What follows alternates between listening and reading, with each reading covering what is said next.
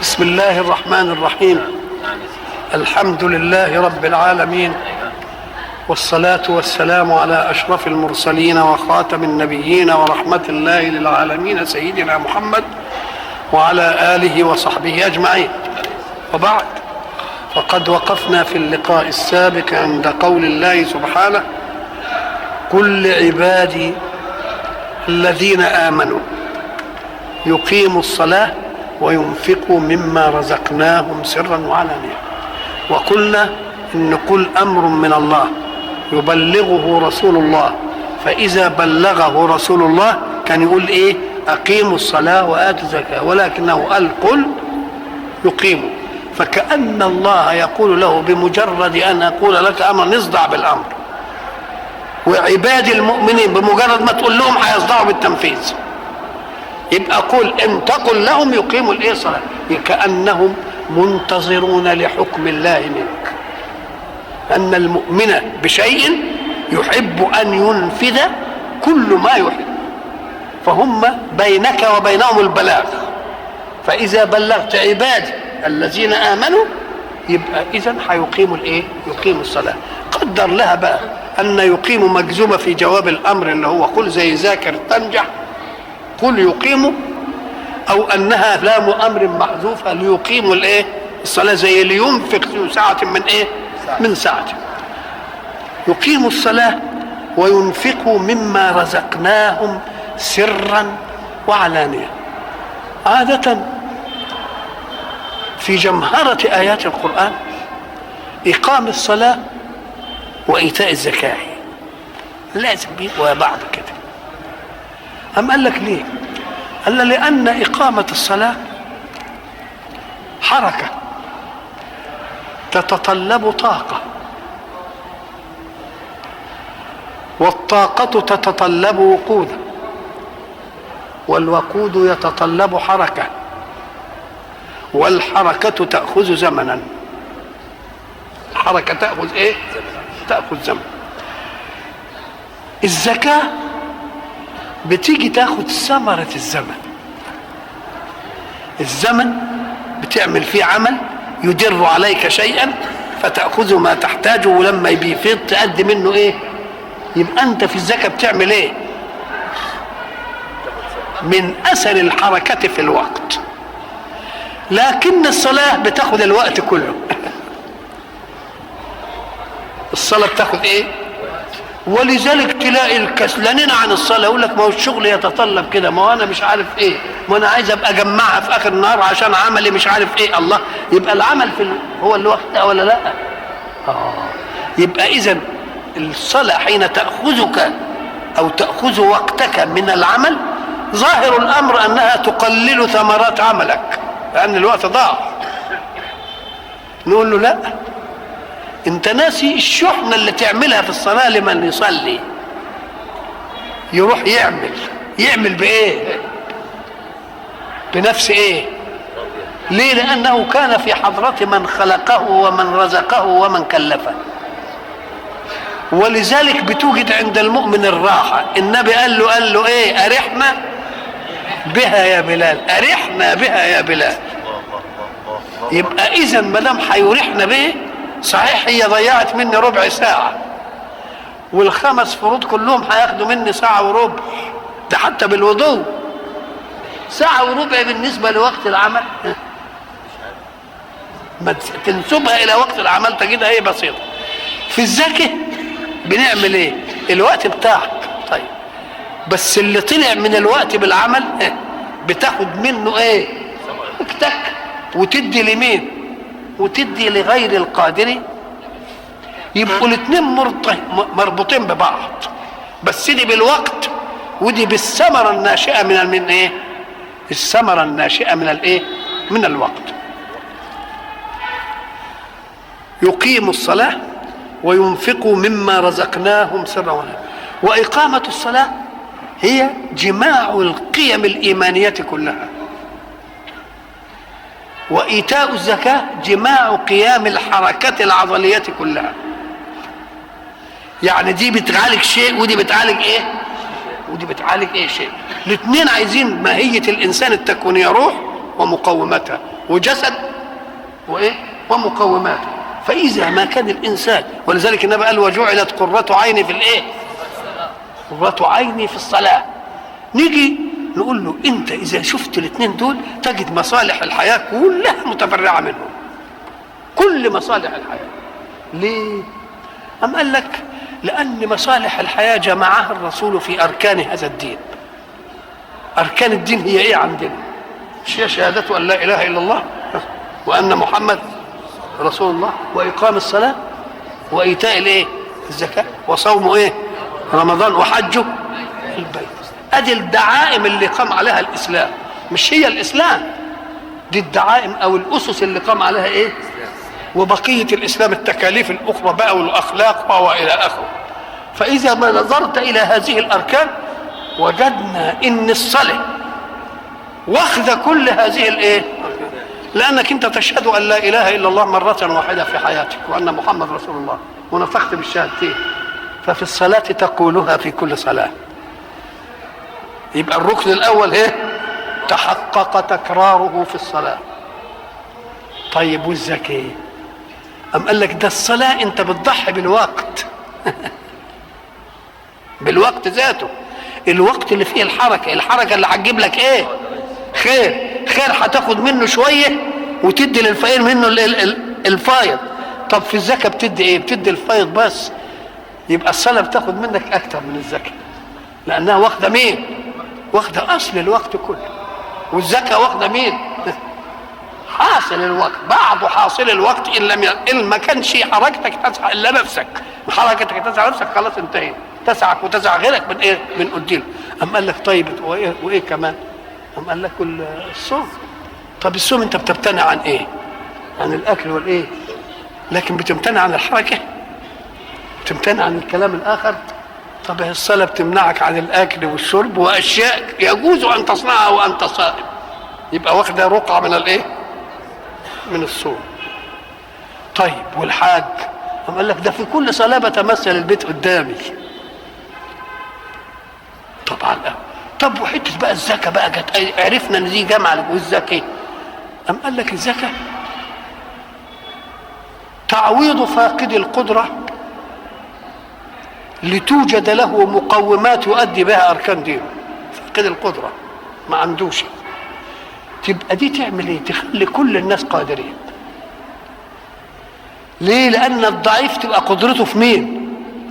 في تميز قدرات القوي. لان القوي العادي بيعمل على قده، القوي اكتر شويه بيعمل ايه؟ بيعمل لنفسه ويزيد شويه يبقى يدي للفقير. والحياه بقى تديله بقى طموحات ومش عارف ايه، تخليه ايه؟ يتجدعن ويعمل ومش عارف، يقول لك ولادي وولاد ولادي ومش عارف ايه، وبتقول له اعمل يا اخوي، لان الفقير هياخد العموله بتاعته، وما دام هياخد العموله بتاعته يبقى الله. اذا حركه الحياه على الاثنين دول، القيم وحركه الحياه، صلاه ومين؟ صلاه وايه؟ وزكاه. كلمه سرا وعلانيه حين يردد امرا بين امر ومقابله يبقى يشيعه على اي صوره. ما دام سر وعلن تبقى ما تقولش بقى لا ده سر بس، لا ده علن بس، يبقى اشاعوا ولا ما اشاعوش؟ يبقى ما دام جاب امرين اثنين متقابلين كده يقول لك انا بدي اشيعه، لان لما اقول انفق سر عشان ما تبقاش مراعي، انفق علانيه علشان تبقى قدوه مثلا، يقول لك لا اعمل سر ومين؟ كل ما يسر لك.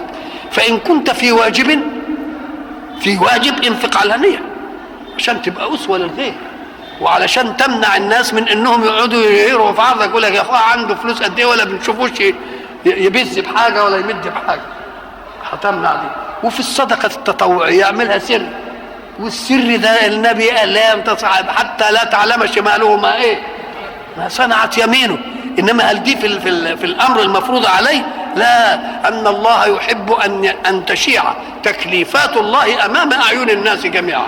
بنشوف ناس بيصلوا، بنشوف ناس بيزكوا، بنشوف ناس بيصوموا، بنشوف ناس بيحجوا. ليه؟ لان ما يبقاش الامر بس عظه تكليفيه كلاميه، بل عظه اسوه عمليه.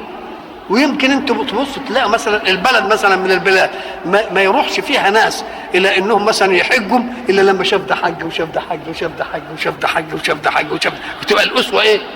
والتاني مثلا ده يجي واحد يقول لك ابن مسجد، الثاني برضه بده ابن. الاسوه الفعليه، ما دام الاسوه الفعليه تيجي تبقى كل تكاليف الاسلام واضحه. مش نعمل تكاليف الاسلام في خفاء، يبقى كأن المجتمع الايماني ملوش شخصيه. المهم ان يكون للمجتمع الاسلامي شخصيه، بحيث يجي الوقت الله اكبر تلتفت تلاقي الكل مستجيب لهذا الايه؟ الدعاء. رمضان ما بتلاقيش حد مثلا مننا فيه فاطر مثلا، يبقى دي معناها ايه؟ ليه؟ لان الاسوه تمنع استخزاء النفس امام الجمهور. استخزاء النفس امام الجمهور، يعني ده بيصوم وده ما يصومش، ولذلك اللي ما بيصومش بس بيبقى مستتر دايما. ليه يستتر؟ الا ان كان بقى متوقع قوي قوي. بيستتر ليه؟ عشان ايه؟ ده مش عايز يصغر امام الناس زي بعض. ما تصغرش امام الناس وتبقى عاده لك بعدين، يلا زي بعض. سرا وعلانية من قبل ان ياتي يوم لا بيع فيه ولا خلال. فيه عمل تقدر تاجله، تقول لك يا سيدي بكره نعملها ولا نعمل الشيء الفلاني بكره. أم قال لك لا، إلا الغايات التي لا توجد فيها أعواض. الغايات اللي ما توجدش فيها أعواض انتهزها بقى دلوقتي. في اليوم الآخر لا هيجي بيع ما تقولش أبقى اشتري، ولا هتيجي صداقة يقول لك ده هيكرمني وياخد بإيه؟ بإيدي، ولا هتيجي شفاعة إلا لمن أذن إيه؟ لا أذن. فبيقول إيه؟ اعجلوا بالعمل الطيب والإنفاق سرا من قبل أن يأتي يوم لا بيع فيه ولا خلال. البيع والخلال المعاوضات. البيع معاوضة متقابلة، ده دفع ثمن وده خد سلعة. طب ولا خلال يعني ايه؟ الخلال دي يعني المخلة. معنى مخلة يعني الصديق الوفي الذي تلزمه ويلزمك، خليل. ولذلك الشاعر لما حب يبين لنا من كلمة خليل دي معناها الدقيق قوي قال ايه؟ ولما التقينا، يعني هو من يحب هو وصاحبه، ولما التقينا قرب الشوق جهده خليلين ذابا لوعة وعتابا. هم كانوا بعاد عن بعض وبعدين ايه؟ اتقابلوا. فلما اتقابلوا يا شيخ ما زي ما ذابا لوعة وايه؟ شوف بقى كلمة خليل، كأن خليلا في خلال خليله تسرب أثناء العناق وغاب. يبقى المخلى يعني ايه؟ ان كل واحد منهم ايه؟ يتخلل الثاني. ولذلك يجي الناس يقول لك انت لا تكون صديقا الا اذا قال احدهما للاخر يا انا، مش يا انت. اما يبقى انت وانا يبقى لسه، انما يا ايه؟ فهو بيقول خليل يعني ايه؟ تخلل كل واحد حتى صار ايه؟ حتى صار ايه؟ كأن خليلا في خلال خليله تسرب اثناء العناق وايه؟ فكذلك الاخره لما تيجي لا تقدر تقول اشتري جنه او تفدي نفسك من العذاب، ما فيش. ولا فيش مخالة يعني صداقة متخلخلة بحيث ان هو يفيض عليك من حسنات بتاعته. الأخلاء يومئذ بعضهم لبعض عدو إلا المتقين. ولذلك بعض برضو السطحيين من الذين يحبون أن يتوركوا على القرآن يقول لك إيه؟ الله يقول لا بيع فيه ولا إيه؟ خل ولا خلال، وبعدين يجي في إيه؟ ولا خلة، وبعدين يجي في آيتنا الأخلاء بعضهم يومئذ لبعض عدو، فأثبت الأخلاء الخليل. تقوم تقول له الأخلاء على السوء، أما الأخلاء على التقوى ساعة ما تشوف تقول له كتر خيرك أنت بقيت تعين على التقوى، أنت بقيت تعمل وياه كذا يحبه. والتاني اللي عمل وياه وزين له المعصية ساعة ما يشوفه يقول ابن اللي عملت فيه أنت اللي ودتني في داهية.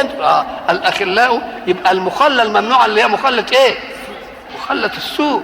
انما مخلة الطاعة الذي انته على طاعة ساعة ما يشوفك يستشرفه لك ويقول لك يا سلام انت عملت فيها وعملت فيها وعملت، ويبقى فرحان بيك. لكن الثاني التلميذ اللي قاعد يزي اللي تلميذ زيه انهم يلعبوا ويطلعوا وما يريحوش وبعدين سقطوا الاثنين،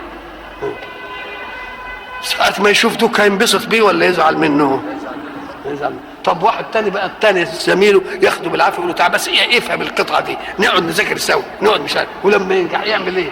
يقول له يا شيخ كتر خيرك انت عملت فيا كذا وعملت فيا كذا وعملت فيا كذا. اذا فالخله المنفيه او الخلال المنفيه في الايتين، ايه من ذا الذي يشفع عنده الا لا بيع فيه ولا خله، والايه هذه الايه يبقى المراد نفي الخله الايه؟ السيئه، انما الخله الحسنه متوجه. يبقى البيع مقابل. طب والمخلة خليلك مش هيبيع لك بقى، يبقى دي اسمها التكرم بقى. التكرم لا هتيجي لك بتمن ولا هتجي لك ايه ولا تجي لك تكرم. التكرم ده قد يكون تكرما لانك انت عملت له اشياء من قبل كده. واحد قاعد يعمل وجه جمائل كثيره وبعد ذلك جاء لك في شيء وبعدين انت اكرمت قلت له يا شيخ ما اخدش، لا ما اخدش تمن دي. ليه؟ انت قدرت هو قدرت ما عاد عليك من نفع قبل الصفقه. يبقى ده تكرم ولا بيع؟ أم قال لك هو في الواقع ظاهره تكرم، انما في الواقع دي مقايضه، لانه عمل فيك ايه؟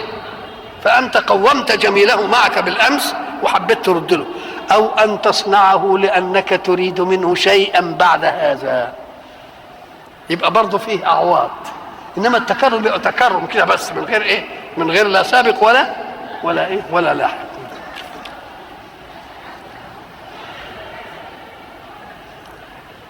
من قبل ان ياتي يوم لا بيع فيه ولا خلال، اي مخاله وصداقه وتكرم، ما فيش الكلام ده. الله الذي خلق السماوات والارض،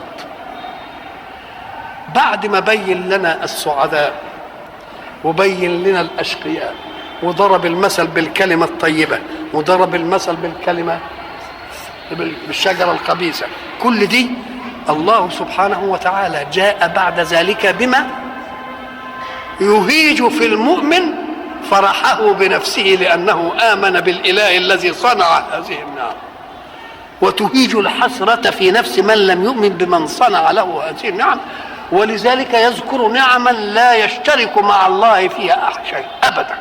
فقال ايه؟ الله الذي خلق السماوات والارض. ليه؟ قال لك لان السماء والارض دول هم الظرف لنا كلنا ودول الاصل. والقران قال ايه؟ لخلق السماوات والارض اكبر من خلق الايه؟ اكبر من خلق الناس. فاذا كان الله هو الذي خلق السماوات وخلق الارض، ما قالش بقى بغير عمد وقالش الارض فيها ايه، يعني دي بس اجمال ولفت نظر، لان في ايات تانية هتبقى مذكرات ايضاحيه لمين؟ هقول لك السماء بلا ايه ومن ما تجدش فيها فطور، يبقى دي كلها امور متعلقه بمين؟ متعلقه بالسماء. والارض برضه خلق فيها الجبال الرواسي وقدر فيها مش اقواتها، الكلام ده بيتعلق بالارض. هنا اللمحه ان بيقول له بص الى خلق السماء والايه؟ والارض. وحين يتكلم في خلق السماء والارض ياتي بشيء لم يدعه احد على كثرة المدعين من الملاحدة. مسألة دي حد جابها له من ناحية ان انا خلقت السماء والارض؟ محدش. هيجيب اشياء لا يدعيها احد عشان تبقى ايه؟ الزم في الحجة للخصم. فما دام تبقى الزم في الحجة للخصم يبقى امال خلاهم اللي خلاهم ما يامنوش به ايه؟ يبقى لازم لدد غير خاضع لمنطق متقدم. يبقى هو كفر لانه عايز يكفر، انما باسباب من غير ايه؟ اسباب. الله الذي خلق السماوات والارض، وحين يحكم الله حكما ولا يوجد له فيه معارض ولا منازع يبقى سلم له. لو ان الناس كلهم مؤمنين بالاله كان يقولوا هم هيكذبوه بقى، ما هو قال انا خلقت واحنا مؤمنين بيه خلاص زي بعض هو عمل. لا، لكن ده فيه كافرين، يبقى الكافر كان يجترئ ولا ما يجترئش؟ ومع ذلك لم يجترئ. وان ورطتهم يقول لهم من خلق السماوات والارض يقولوا ايه؟ ليه؟ كأنه أدار الجواب على رأسه بكل شيء مع أنه كافر، فلم يجد جوابا أمام نفسه حياء لازم يقول الله. ليه؟ لأن لم يدعي أحد أنه إيه؟ وإذا ادعى إنسان شيئا ولم يدعي المقابل له بعد إعلانها يبقى تثبت لمن ادعاها إلى أن يوجد مخالف. الله الذي خلق السماوات والأرض، كلمة الله بيجيبها هنا علشان الله هي مناط الصعوبة في التكليف، لأن كلمة رب عطاء بيدي، إنما الله بيطلب تكليف، فبيجيب لهم الحتة اللي هي إيه؟ اللي هي صعبة عليهم. يقول لهم الله اللي هو أنتم زعلانين عشان بيكلفكم بأشياء تقف أمام شهواتكم، هو اللي خلق السماء والأرض. إنما لو كان الرب ما هو الرب اللي عمل، فجاب من كلمة ايه؟ الله، يعني المعبود، معبود يعني في ايه؟ في تكليف، تكليف بيمنعني عن فعل وبيأمرني بفعل، الفعل اللي بيأمرني فيه نفسي مش عايزة تعمله، الفعل اللي بينهاني عنه نفسي عايزة ايه؟ تعمله. إذا ففيه مشقات، مشقتها جاية من الربوبية ولا من الألوهية؟ من الألوهية. يقوم يجيب لهم الايه؟ اللفظ. الله الذي خلق السماوات والأرض وأنزل من السماء ماء. احنا في المعنى العام ساعة ما نسمع كلمة سماء نقوم نفهم انها السماء الايه؟ المقابلة للأرض، لكن التحقيق ان السماء هي كل ما علاك فأظلك، كل ما علاك فأظلك يسمى ايه؟ لأن سماء في حاجة تحت أرض وفي حاجة أسمى من الايه؟ كده، تبقى كل ما علاك فأظلك يقال له سماء. والمطر ما بينزلش من السماء اللي هي مقابله للارض، ده بينزل مما علاك من الغيم والسحاب. الم تر ان الله ايه؟ يزجي ايه؟ سحابا ثم يؤلف بينه ثم يجعله ايه؟ ركام فترى الودق يخرج من خلاله وينزل من السماء من جبال فيها من ايه؟ يبقى كل ده نازل من ايه؟ والعلم التجريبي اثبت لنا انك اذا مثلا صعدت في طائره قد تطير بك الطائره فوق سحاب، لما تطير بك فوق سحاب السحاب يمطر على الحته اللي انت، انما ما فيش من فوقك حاجه. يبقى اذا السماء دون مطارك، المطر نزل من دون ايه؟ من دون مطر، يبقى هو مش نزل من السماء. او انك حين تنسب النزول الى السماء لان كل امورنا من اعلى، كل امورنا من ايه؟ من اعلى. ولذلك الحديد الذي تحضنه الجبال طفوله ويكبر وينضج، الحديد اللي بينضج في الجبال يقول وانزلنا الحديد، وانزلنا الحديد فيه بقى ايه؟ يبقى كله نزل من ايه؟ من السماء. اما لان نزول الامر بتكوينه من السماء، لكن عندنا هنا نزل من السماء يعني من السحاب ان اردت به الحقيقه، وان اردت به الامر الاعلى يبقى كله من مين؟ كله من السماء. الله الذي خلق السماوات والارض وانزل من السماء ماء فاخرج به من الثمرات رزقا لكم. الثمرات هي الاشياء اللي ما تتاكلش نفسها كده، يعني ما بيجيش شجره ليمون مثلا او شجره عنب وتاكل الورق بتاعها والاعشاب والبتاع دي، اسمها ايه؟ شيء فيها يؤكل وشيء يبقى. انما مثلا بناكل فجل، بناكل جرجير، بناكل كرات، ما يبقاش ايه اسمها ايه؟ ثمرات. رزقا لكم وسخر لكم الفلك لتجري في البحر بأمره. سخر لكم الفلك، التسخير معناها قهر شيء ليكون في خدمة شيء، قهر شيء ليكون في خدمة شيء، هذا معنى التسخير. طيب سخر لكم الفلك، ده الإنسان هو اللي قاعد يصنع السفينة وهو اللي عملها ومش عارف ايه. قال له ايوه يا اخوان، هو انت اللي عملتها، انما انت عملتها ازاي؟ طب انت خدت خشب من ايه؟ والعقل اللي هداك الى قطع الخشب كده وتسويته وعملوا الواح ومش عارف ايه، وبعدين جبت الدسر وحملناه على ذات الواح ودسر، الحبال او المسامير، وبعدين الميه اللي هي على السيوله والاستطراق وتمشي فيها وتبقى عميقه عشان البتاع ما يوصلش للقاع. كل دي عمايل مين؟ عمايل الحق سبحانه وتعالى. وسخر لكم الفلك. كلمة الفلك تأتي مرة ويراد بها الشيء الواحد، ومرة تأتي ويراد بها ايه؟ الكل. أم ترى أن الله سخر الشمس والفلك التي تجري في البحر بإيه؟ بأمر. وبعدين هناك في سورة في سيدنا مسألة قصة سيدنا نوح ويصنع الفلك. اصنع الفلك بأعيننا. يبقى كلمة فلك تصلح أن تكون إيه؟ جمعا، وأن تكون إيه؟ وأن تكون مفردا. بعض العلماء يقول لك إذا عاد الضمير عليها بالتأنيث تبقى للجماعة، وإذا عاد عليها بالتذكير يبقى للإيه؟ المفرد. في الفلك المشحون يبقى معناها إنه إيه؟ إنه واحدة. نيجي نقول له بس يعني أنت القضية مش غالبة، القضية أنت قلتها كده، إنما القضية إن ربنا لما جه يتكلم على صناعة سيدنا نوح للسفينة قال إيه؟ وحملناه على ذي ألواح ودسر ولا ذات ألواح ودسر؟ وقال تجري ولا يجري بأعيننا؟ قال تجري. يبقى إذن التأنيث ما هوش دليل لا الجمع ولا الإيه؟ ولا الإفراد. فإن أردت بها سفينة تبقى تجيبها وإن أردت بها وسخر لكم الفلك لتجري في البحر بأمره وسخر لكم الأنهار. الأنهار شوف كلمة بحر دي احنا نفهم منها المالح، مش كده؟ والأنهار اللي هي الايه؟ العذبة. جاب التسيير في البحر لأن مش كل نهر تقدر تمشي فيه ايه؟ سفينة. يمكن بتاع كده ملوش عمق علشان تمشي فيه سفينة ولا ضيق ولا بتاع ولا أي حاجة، إنما بحر تمشي ايه؟ تمشي فيه. وسخر لكم الفلك لتجري في البحر بأمره وسخر لكم الأنهار.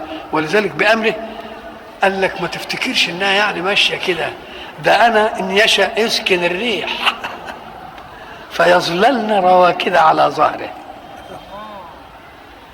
ان يشاء يسكن الايه؟ الريح فيظللن رواكد على ظهره. يبقى ما كانش امره تبقى ما تنفعش. يبقى ما انت عملت صحيح، خدت الخشب وشقيته وعملته مش عارف ايه وضبطه، وبعدين هو خلق لك الماء اللي هتمشي فيها، خلق لك الشجر اللي منه، خلق لك الدسر ان كانت العبال او المسامير، خلق لك البحر اللي هي تقدر تمشي فيه، خلق لك الريح اللي هو الايه. ومن عجائب انباءات القرآن ان الحق سبحانه وتعالى حينما تكلم عن الريح ظاهر الشكليين اللي بينظروا الى ظاهر الاشياء قال لك اهي نقضت الآية، ما عدناش بنسير السفن بالريح، عدنا بنسيرها بايه؟ بالوقود قول له ان كانت بالبخار فهي بالريح ايضا، لانك بتغلي الميه والميه تعمل ايه؟ البخار، والبخار ياخد حيز اكتر ويدفع البتاع. ثم من قال لك ان الريح هو مطلق الهواء بس؟ طب اقرأ قول الحق سبحانه وتعالى ولا تنازعوا فتفشلوا وتذهب ايه؟ ريحكم. ايه ريحكم؟ يعني ايه؟ قوتكم. يبقى الريح مراد بها القوة المطلقة، جاءت من هواء او من بخار او من كهرباء او من ذرة، تبقى هي ماشية ولا مش ماشية؟ ماشية. والى لقاء اخر ان شاء الله.